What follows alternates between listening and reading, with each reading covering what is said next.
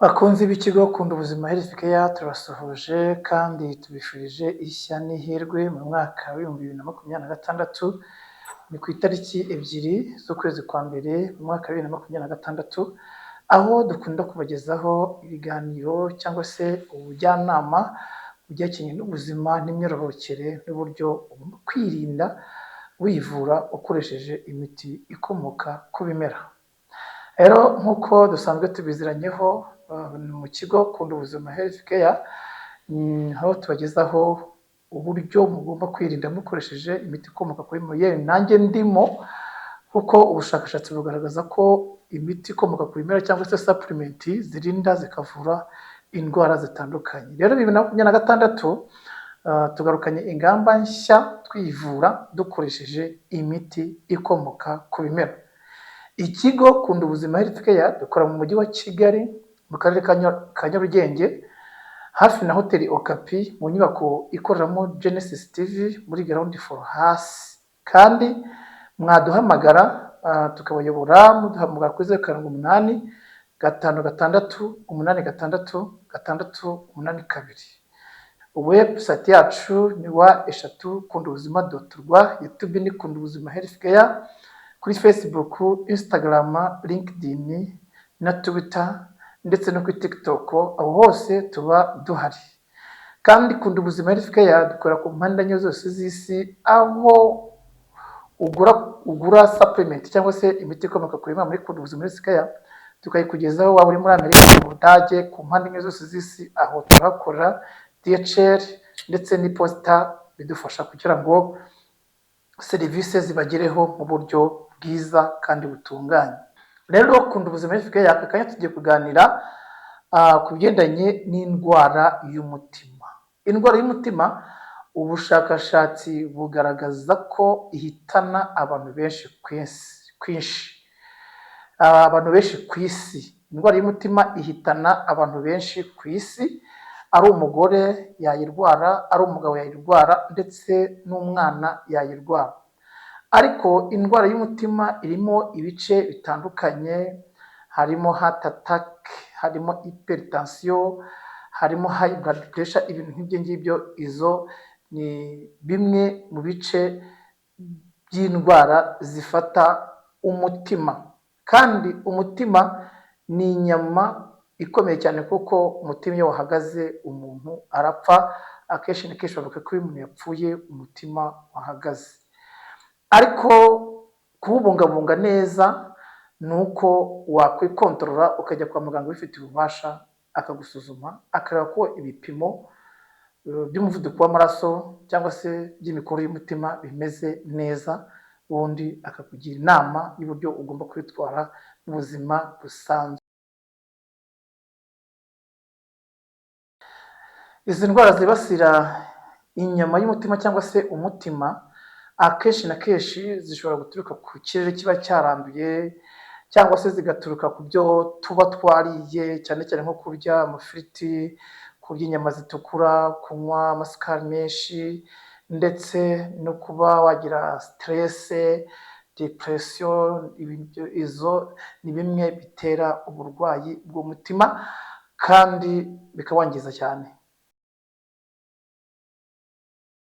Mu bisanzwe ubundi indwara y'umutima akenshi na kenshi ishobora no guturuka kuri cholesterol, bad cholesterol. Hariho ibyo bita lipide, ibyo bita triglyceride. Noneho hari imitsi igeza amaraso mu mutima, ayo bita veine et les artères. Iyo yagiyemo ibinure cyangwa se lipide, bibuza inzira z'amaraso ko amaraso acamo neza, izo nzira z'amaraso zikifunga, bityo umutima ntukore neza. Kandi ubushakashatsi bugaragaza ko burya ngo amaraso akorwa na moelle rouge, ni umusokoro w'umutuku wo mu magufwa. Uwo musokoro ni ukora amaraso akajya mu mwijima, umwijima ukayungurura, wangiza ukayerekeza mu mutima. Rero igihe inzira z'amaraso, inzira zicamo amaraso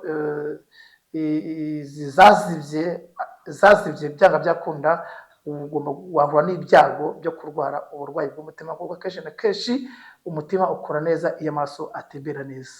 kandi umutima ngo ushobora kubyimba ndetse ukanarwara na kanseri y'umutima. Ibyo byose bibaho, ariko byose tugomba kubyirinda dukoresheje imiti ikomoka ku bimera, irinda ikavura, cyangwa se ukaba waregereye umuganga ubifitiye ububasha akaguha inama nziza zerekeranye n'ubuzima.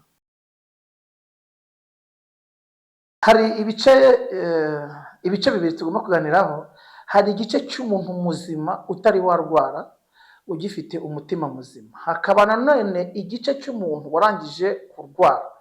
Abo ngabo ni abantu batandukanye. Umuntu utararwara iyi ndwara y'umutima namukonsiya kwirinda kurya ibintu byaciye mu nganda, ibintu by'amavuta, ibintu bya bureba, konfitire, za foromaje, za mayoneze, no kurya inyama zitukura n'isukari nyinshi, ndetse ku mutararwara agakora siporo ihagije kugira ngo imitsi y'amaraso, imitsi itembe ijyana amaraso mu mutima ikore neza. Uwo muntu ni umwe ni abagabo tugomba kugira inama mu gihe umutima wawe utararwara, utaragira ikibazo cyo kuba hajyamo ibinure byinshi, ndetse no kuba wagira ikibazo AVC, accident vasculaire cerebral, cyangwa se stroke, kuko stroke niyo ni mu ndwara z'umutima, ndetse na za trombose. Niyo mpamvu umutarayirwara namukonsiya gukora disipurine ihagije, akirinda kurya inyama zitukura buri gihe, akirinda kurya za bureba, za mayoneze, za vinegere, ndetse na za konfitire n'ibindi bitandukanye byaciye mu nganda, no kunywa inzoga nyinshi n'itabi. Ibyo ni bimwe bibangamira imikorere myiza y'umutima. No kurya amafiriti, no kurya imireti na za broshete, ibyo ni ibintu byangiza imikorere myiza y'umutima. Icyo ni igice cya mbere, kandi birareba umugabo, birareba umugore, birareba umukobwa. Umuntu wese ahava akagira ibyo biramureba. Burya kutamenya nabyo biri mu bintu bituma umuntu ajya muri risike yo kurwara indwara zitandukanye ziri mu isi. Na atmosiferi nayo ishobora gutuma ushobora kurwara uburwayi bw'umutima ndetse na stress. Niyo mpamvu umuntu utari warwara iyi ndwara y'umutima agomba kuryama akaruhuka byibuze amasaha 7, kandi akaryamira ku gihe, kandi akamakinga sure ko ibitotsi yabisinziriye neza. Ibimenyetso biranga umuntu urwaye indwara y'umutima harimo gushikagurika, icyo ni ikimenyetso cya mbere. Harimo kubira ibitotsi, ikimenyetso cya kabiri, ndetse harimo no kugira ubwoba bwa hato na hato, ikimenyetso cya kane. Harimo kurwara umutwe, ubwo ni umurwayi umutima, harimo kurwara umutwe, kugira iserere, kumva ufite vertige ya hato na hato, ndetse no kuba utabona neza, amaso ntarebe neza, no gutakaza ubudahangarwa bw'umubiri. Niyo mpamvu rero ukimara kwibonaho ibyo bimenyetso, gana muganga ubifitiye ububasha, wize indwara z'umutima, agufashe kugira ngo ugire ubuzima bwiza. Ku muntu uba urwaye indwara y'umutima, nawe nuko agomba kwegera muganga, akamuba hafi, agakontorora ubuzima bwe, kugira ngo umutima utamwica, kubera ko indwara y'umutima ni indwara yica mu buryo buri siransiye.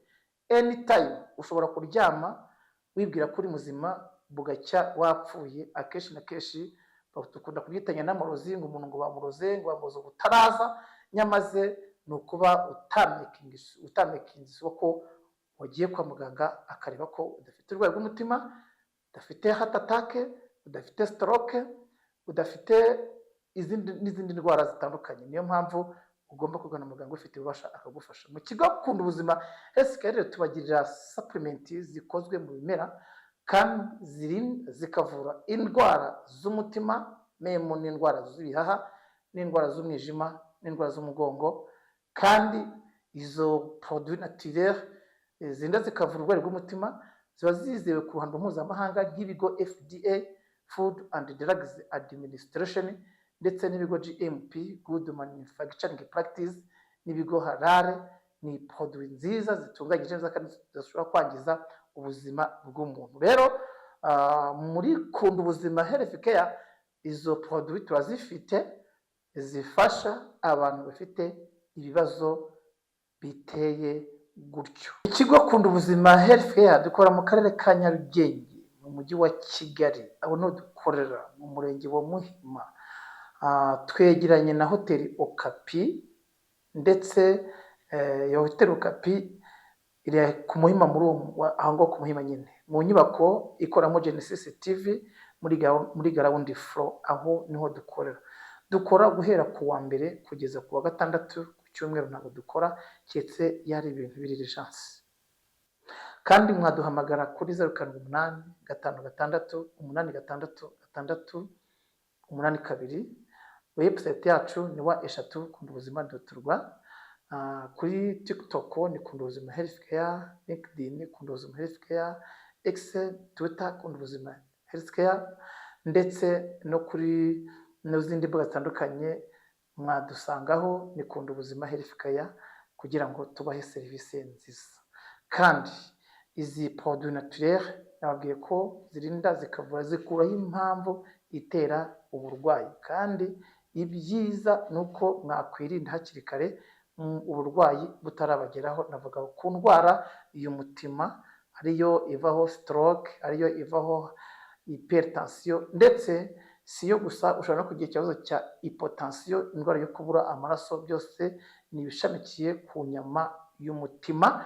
Ni inyama ifite akamaro kanini cyane ku mubiri w'umuntu, ni nka moteri mu mubiri w'umuntu.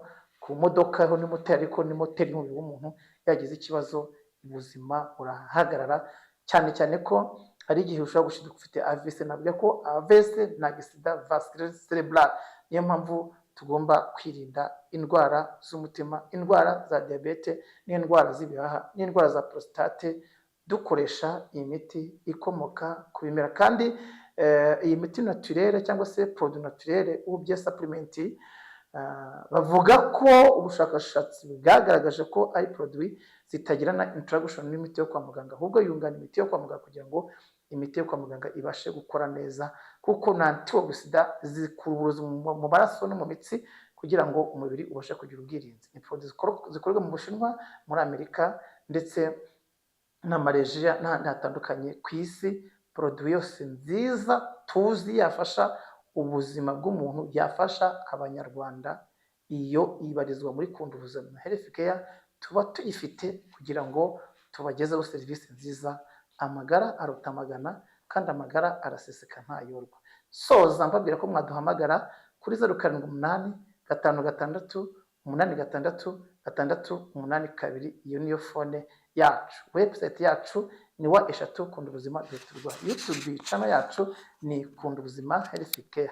Kuri LinkedIn, TikTok, Facebook, Instagram, Twitter, aho hose wahadusanga ni Kundubuzima Healthcare. Abakunzi bacu tubifurije amahirwe masa mu mwaka 2026, kandi mugana ikigo Kundubuzima Healthcare. Murakoze.